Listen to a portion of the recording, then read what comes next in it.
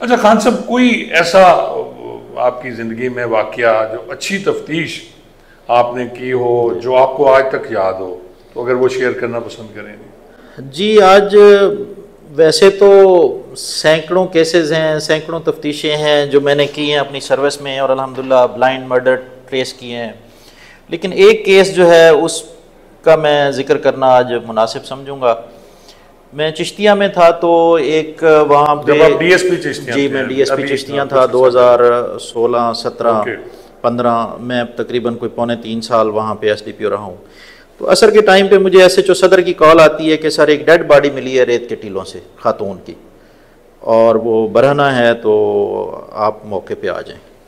खैर मैं जब मौके पे गया तो वहाँ जाके देखा तो एक बूढ़ी खातून थी, तकरीबन उसकी उम्र होगी कोई 60 साल के करीब होगी, और उसने वो हाथों में कंगन पहने हुए थे, गले में वो मालाएं वगैरह इस तरह की जैसे वो मलंग टाइप होती हैं, तो उसकी डेड बॉडी थी। तो खैर जब मैंने मुलाजा मौका किया तो मैंने एसएचओ साहब से कहा कि ये जो औरत है इसको सिर्फ कत्ल नहीं किया गया, इसके साथ ज़्यादती भी हुई है। अच्छा। तो मुझे याद है एसएचओ था जावेद गुजर, तो वो आपको पता है पुलिस वाले ज़रा इससे घबराते हैं कि जी डकैती मर्डर या रेप मर्डर जो है वो बड़ा संगीन मुकदमा है और उसकी पूछगछ होती है। तो उसने कहा सर जी ना करो जनाब, इस बूढ़ी औरत है तो ये नाल किन्ने ज्यादती करनी सी। मैंने कहा नहीं यार, मुझे जो है ना जो हालात वाक़यात नज़र आ रहे हैं तो इसके साथ ज्यादती भी हुई है, तो आप पोस्टमार्टम जब करवाएं तो इसमें इसका DNA सैंपल भी रखें और प्लस उससे पूछें लेडी डॉक्टर से कि इसके साथ ज्यादती तो नहीं हुई। किस्सा मुख्तसर कि वो जब लेडी डॉक्टर के पास गए तो उसने भी इस बात की तस्दीक की कि इस खातून को रेप करने के बाद मर्डर किया गया, और मर्डर उसको कैसे किया गया, गला दबाया गया था। अच्छा।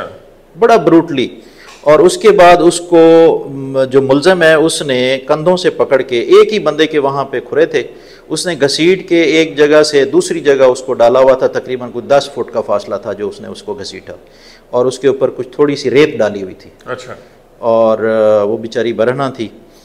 तो खैर बहरहाल वो केस हमने दर्ज कर लिया, उस पर तफ्तीश शुरू हो गई, लेकिन कोई उसका सर पैर नहीं मिल रहा था। 3-4 दिन बाद मैं छुट्टी चला गया।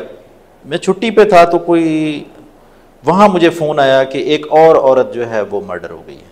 अच्छा। और सेम तरीका वारदात है, और उसको जिस मुलज़िम ने मर्डर किया है उसी तरह ही किया है, बरहना हालत में है वो बेचारी खातून वो भी। और वो जो दानिश स्कूल था वहाँ पे घरों में काम करती थी, बर्तन वगैरह धोती थी, कपड़े धोती थी, और शाम को जाते हुए जो घर से उसके बच्चों के लिए खाना वगैरह कोई दे देता था तो वो अपने बच्चों का खाना भी ले जाती थी। 5 बच्चों की माँ थी वो।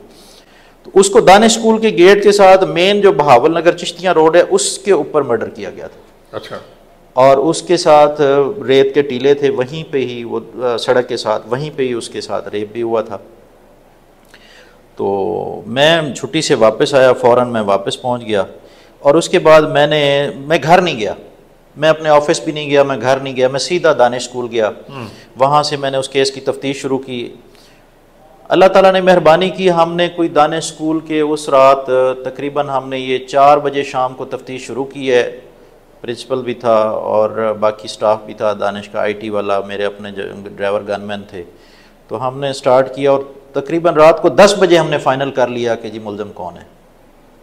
अच्छा, वो कैसे आप वो पूरा सुनाएं? वो सर इस तरह से हुआ कि हमने जो वहाँ पे कैमरे लगे हुए थे उसमें देखा कि जिस वक्त वो औरत जो है वो दानिश स्कूल के गेट से बाहर निकल के रोड पे जाती है तो रोड के दूसरी तरफ उसका घर था। अच्छा। वो पैदल जा रही थी जी।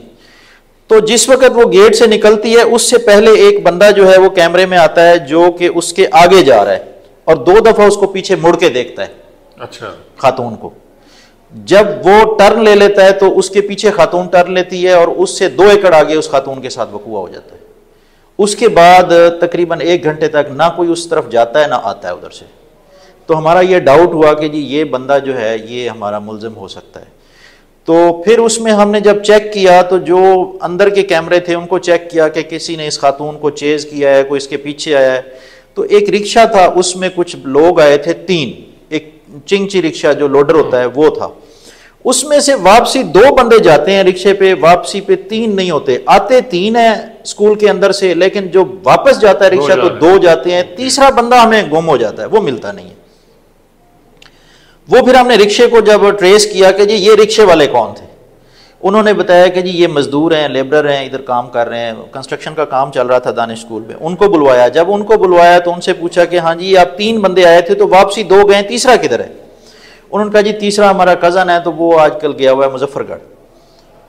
तो मैंने कहा ये 2 तो आप वापस गए हैं, तो तीसरा बंदा किधर गया? उन्होंने कहा सर ये हमें नहीं पता, ये रात को लेट नाइट जो है हमारे उसमें टेंट में, वो टेंट में रहते थे दानिश स्कूल के बाहर, जो लेबर रहती थी उसमें, वो आया और हमें नहीं पता वो कहाँ से आया, हमारे साथ गेट तक वो आया, आगे वो कहाँ चला गया हमें नहीं पता। तो ये बड़ी हैरान कुन बात थी।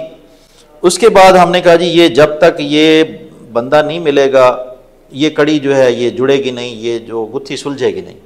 तो फिर मैंने एक अरशद बड़ाइश साहब होते थे मेरे पास SHO, उनको मैंने फौरी तौर पे रेडिंग पार्टी तश्कील दे के उनको भिजवाया। मुजफ्फरगढ़ खानगढ़ का इलाका था, वहाँ से वो बंदा अरेस्ट हुआ। 2:30 बजे रात को उन्होंने मुझे फ़ोन किया कि सर मुबारक हो। मैंने कहा जी खैर मुबारक। तो कहता सर मुलज़म गिरफ़्तार कर लिया है और उसने दोनों वक़ुए हमारे तस्लीम कर लिए। तो मैंने कहा आपने तशद्दुद तो नहीं किया? कहता नहीं सर मैं तो कोई गल ही नहीं की थी, मैं उन्हें सिर्फ इन्ना पूछा भी तेनों पता है क्यों फड़िया? उन्हें कहा हाँ जी मैंने पता है, जड़ियाँ 2 औरतां कतल हुई ने उहदे तुसीं मैनूं फड़िया। तो मैं बड़ा हैरान हुआ, मैंने कहा मेरी बात करवाएं। फिर उन्होंने मेरे साथ फ़ोन पर बात करवाई उस मुलज़म की, तो उस मुलज़म ने कन्फेस किया कि जी हाँ जी। फिर मैंने उससे पूछा कि मुझे निशानी बताओ किस तरह से किया। फिर उसने बताया कि जी मैंने इस तरह से उनको रेप किया और इस तरह से उसको, चूँकि वो मज़दूर था, वेल बिल्ट था, तो वो ओवर पावर कर लेता था औरतों पर। और उसके बाद वो कहता है कि जिस वक़्त मैं ज़्यादती कर लेता था तो फिर मुझे एक फ़ियर अंदर आता था कि अब ये कल को मेरे ख़िलाफ़ थाने जाएगी, एप्लीकेशन देगी, मुझ पे पर्चा हो जाएगा, तो वो वहीं उसी पोजीशन में वो उसका गला दबा देता था। नहीं वो औरत अपनी मर्जी से उसके साथ जाती थी या? नहीं सर नहीं। अच्छा वो ज़बरदस्ती करता था। और उसके बाद मतलब 2, 4, 5 मिनट बाद जब औरत थक जाती थी तो वो उसको बेबस कर देता था। ओके। वो बस साइको टाइप बंदा था वो। तो उसका पहले भी 1-2 केसेस थे। बस उसके बाद अल्लाह ताला ने मेहरबानी की, हमने फिर उसको गिरफ़्तार किया, फिर उसके जो लीगल फॉर्मेलिटीज़ हैं वो पूरी की। उसके बाद वो DNA के लिए हमने उसको लाहौर भिजवा दिया। तो बस वो ये जो खातून थी इसके 5 बच्चे थे, इंतहाई गरीब औरत थी, वो केस की पैरवी करने की पोजीशन में ना पहली खातून थी ना दूसरी थी। तो बस फिर वो जब मुलज़म वापस आया DNA के बाद तो फिर वो उसके कुछ साथियों ने हमला किया और वो अल्लाह को प्यारा हो गया, अपने साथियों की फायरिंग से मारा गया। फौरी इंसाफ हो गया। बस अल्लाह ताला इंसाफ करने वाला है, वो बड़ा गफूर रहीम है, वो हमें ताकत और हिम्मत देता है। हमारी तो कोई जुर्रत नहीं है, हमारी कोई हैसियत नहीं है, हम तो बड़े कमज़ोर इंसान हैं। लेकिन ये है कि वो मेरी ज़िंदगी का बड़ा एक समझ लें कि मेरा प्राइड है कि अल्लाह पाक ने मुझे हिम्मत दी। अगर वो ज़िंदा रहता तो पता नहीं और कितने वो रेप करता और कितने लोगों को, कितनी ख़वातीन को मर्डर करता। और वो गरीब औरत थी, वो केस लड़ने की पोजीशन में दोनों ही नहीं थी।